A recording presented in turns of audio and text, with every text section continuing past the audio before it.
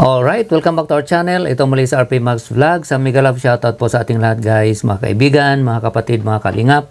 Isang mapagpalang araw po sa ating lahat. Good morning, good afternoon, good evening. As always, kung nasaan man po tayong sulok sa mundong ito, naway na sa mabuting kalagayan po ang lahat guys sa mga panahong ito. Okay?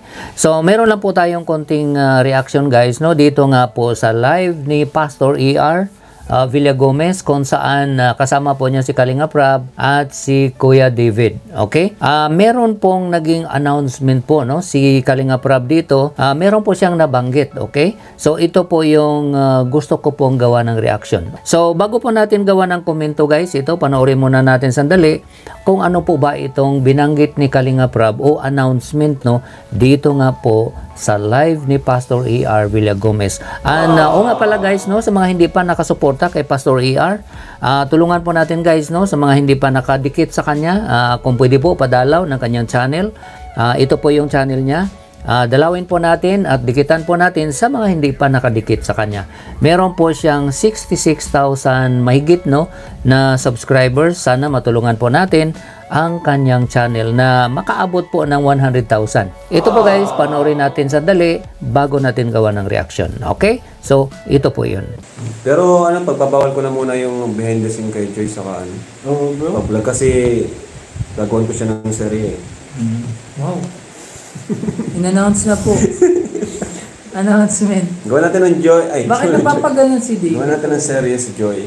Ayun, so yung po yung announcement ni Kalinga Prab guys, no, sa live po ni Pastor ER na pinagbawal po niya ang behind the scene kay Joy, no, yung diwata, at bawal din po siya i-vlog. Okay? So behind the scene at i-vlog, bawal po si Joy. Dahil po, ano po ang dahilan? Gagawan po ni Kalinga Prab ng teleserye. Hindi po natin alam kung kailan po niya umpisahan, pero yun po yung binanggit niya. Okay? Dahil po, actually guys, no, kung let's say gumawa na po si Kalinga Prab ng teleserye kay Joy, no, alam po natin yung partner niya, si David, no, Kuya David. Let's say meron na pong teleserye. Bakit po hindi maganda na merong behind the scene o iba-vlog mo si Joy na merong kasalukuyang teleserye?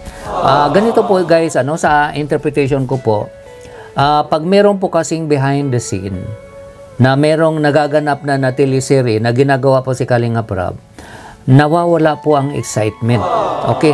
Dahil maaring merong kang halimbawa binibitin doon sa teleserye. Pag merong behind the scene at nabisto mo si Joy halimbawa doon sa pinalabas ni Kalinga Prab na parang binibitin niya doon. Okay? Halimbawa po, pinalabas ni Kalinga Prab doon sa kanyang teleserye na halimbawa po nagkatampuhan. Okay? Si Joy at saka si David. Kung si David po yung partner, pero yung po yung nakikita natin. So, malamang si David siguro. Pero depende po yan kay Kalinga Prab kung sino po yung ipapartner niya kay Joy. Okay? At alam po natin guys, yun naman po ang purpose niyan ay pang good vibes lang po. Okay? So, let's say doon nga po sa teleserye, sa episode po ni Kalinga Prab, let's say pinalabas po niya doon na nagkatampuhan ang dalawa. Pagpalagay na po natin si Joy at saka si David. Now, bakit ko po nasabi na hindi po maganda na merong behind the scene? Kasi sa episode, nagkatampuhan sila. So, iisipin ng mga viewers na baka nagkatampuhan nga. Let's say, umiyak si Joy dahil doon sa episode na yun. Okay? Ngayon, ang isang reactors o ang isang vlogger halimbawa na pwedeng mag-behind the scene, let's say, K-Boys halimbawa, o kung sino man po yung mga reactors na nandyan po sa dait.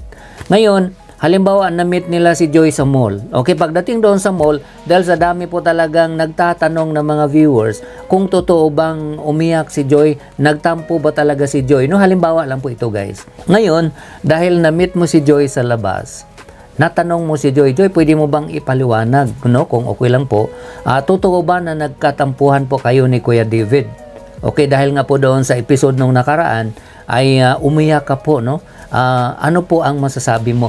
Ngayon, pag sinagot po yun ni Joy doon sa vlog mo, dahil nga po nag-behind the scene ka at tinanong mo na siya dahil nagkita po kayo sa labas, pag sinagot po yun ni Joy, and then, siyempre, no, marami nanonood sa'yo. Pagdating po doon sa next episode ni Kalinga Prab, doon sa kanyang teleserye, nawawala na po ang excitement. Ika nga, mawawala na po ng gana yung mga viewers na manood doon sa next episode kasi alam po nila na hindi totoong nagtampo si Joy at yung iyak na yon ay pang teleserye lang po talaga. Yun po ang nakikita ko guys na possible po na dahilan kung bakit ipinagbawal po ni Kalinga Prab ang behind the scene at saka i-vlog si Joy habang ito nga po no, gagawan po niya ng teleserye. So ngayon, sino-sino po ba ang maapektuhan nito?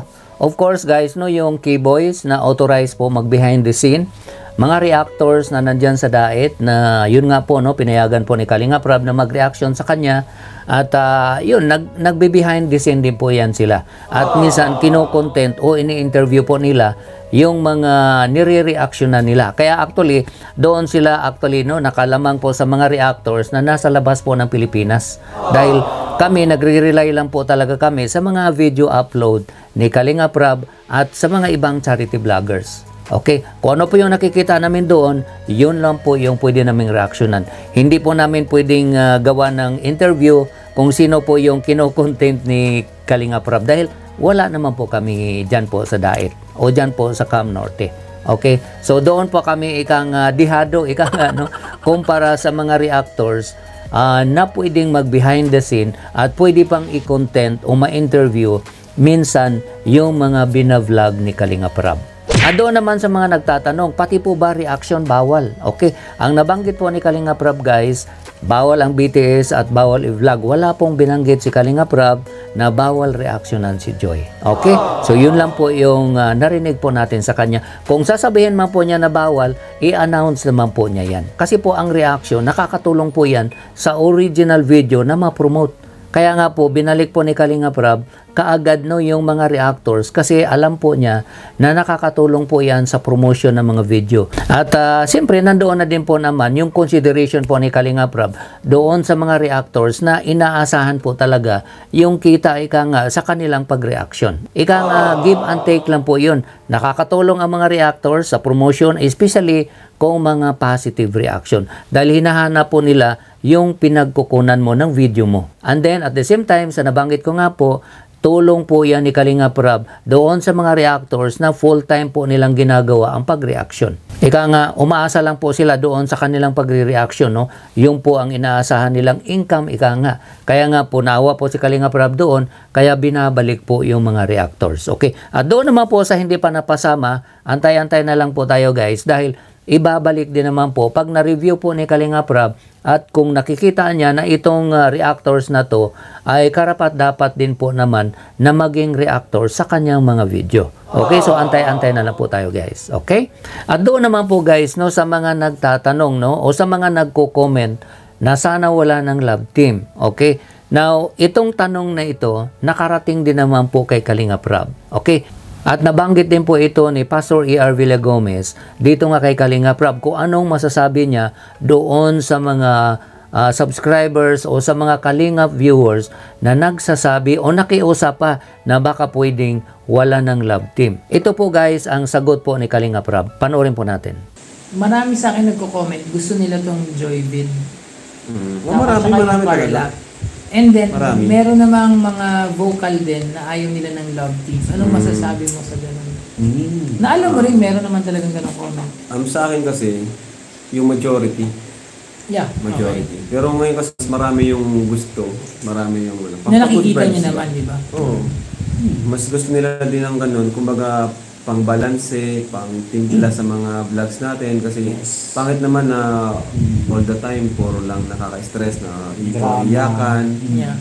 Kaya gusto niya yun, parang magandang panoorin, masayang panoorin. Pang pag dagat talaga pinapanood lagi ni Jimmy eh. And nanonood po talaga yun. Saka ano lang naman talaga siya. Pampagood vibes lang. Unlike nung Rochelle and Edrica, talagang simula talaga nun may feelings na si si Rowell saka si Edo. Diba? Pero bakit si David wala? Ewan ko sa kanya. Tanungin mo. Ewan, baka showbiz din eh. Pero ibang mga Malalaman natin yan. Malalaman natin. Aabangan yung serye. Alaman, abangan Ay, niyo po. may nagsabi sa akin, yung bang mga serye daw talagang patawa or gusto niyo minsan may drama? Basta wala si Arjun. Kadalasan ng mga serye natin papagood vibes talaga. So more on love trip talaga siya. Happiness. Ayun, so malinaw po guys ang binanggit ni Kalinga Prab. Kung ano po yung kanyang purpose, kung bakit gusto po niya na magkaroon ng teleserye. More of pang-balansi po yan na ayaw po ni Kalinga Prab na puro lang po iyakan. Mas gusto niya na babalansihin naman, meron namang pang good vibes o pang patawa ika nga. So more of happiness ika nga, dahil alam po ni Kalinga Prab guys na marami naman po ang nanonood talaga, especially po sa mga OFW na pagod sa trabaho, na yun lang po ang libangan. Hindi po siguro masyado sa Pilipinas, although alam po natin na marami din po talaga ang may gusto po na nasa Pilipinas. Pero sa Pilipinas kasi marami po tayong pwedeng pagkaabalahan. Pero pag nasa abroad po talaga, yung mga kababayan po nating OFW, yun lang po ang ika nga pagdating sa bahay, matapos yung isang araw mong trabaho na napakapagod mo, gusto mo po na matawa ka naman, feel good vibes ka naman sa mga pinapanood mo. At sila po yung majority ika nga na nagre-request kay Kalinga Prab na kung pwede magkaroon po ng teleserye. So it's more of good vibes. It's more of pang-balansi o para mag-enjoy po no ang mga manonood na hindi lang po puro iyakan. So yun po guys ang reason kung bakit naisipan po ni Kalinga Prab na magkakaroon ng teleserye. Okay? So abangan po natin yan guys at suportahan po natin no kung ano po yung gusto po ni Kalinga Prab sa kanyang channel. Siyempre no, kung sino po yung creator, kung ano po yung gusto mong gawin sa channel mo. Okay, meron kang mga heavy drama, mga heavy iyakan. At the same time, gusto mo po na meron kang mga pakuwila ika nga o patawa o pang good vibes na mga upload. So ito na nga po ang teleserye, ang kasagutan no, sa mga taong nalulungkot, no, especially yung mga nasa ibang bansa. Na lalo na po sa panahon ngayon, napangit naman po kung ang napapanood lang po natin, puro gira lang po, no, puro problema sa mundo. So mas maganda din po yun na minsan kinikilig tayo, natatawa tayo sa mga pinapanood natin. Okay? So, suportahan po natin yan guys kung ano po ang plano ni Kalinga Prab sa kanyang teleserye. So, abangan po natin guys ang David Joy or Joy David o kung sino man po yung gusto pong i-partner ni Kalinga Prab dyan po kay Joy Diwata. At ang kagandahan po dito guys, no, si Joy, kinausap na po ito noon kung willing ba siya na magkaroon ng teleserye ika nga, no, partner halimbawa si David. At sinabi po niya guys, willing po siya. Kung yun po ang paraan na makatulong siya ika nga, no, makabalik siya ng pagtulong ika nga sa Team Kalingap, gagawin po niya. Handa po siya doon. So, yun po ang kagandahan. So, yun lang po guys ang aking konting reaction dito nga po sa nabanggit ni Kalinga Prab. Dyan po sa live ni Pastor E.R. Villagomez. At sa mga bago lang po sa aking munting channel, huwag po natin kalimutang i-subscribe at paki-like po guys ang video na ito para ma-recommend po tayo ni YouTube. Okay? Maraming salamat sa inyong lahat guys. Huwag po natin kalimutang suportahan ang ating ama ng Kalingap na si Kuya Val Santos Matubang, Kalinga Prab at Atid na Vlogs. At bago ko po i-end itong video na ito, meron lang po akong isi-shoutout.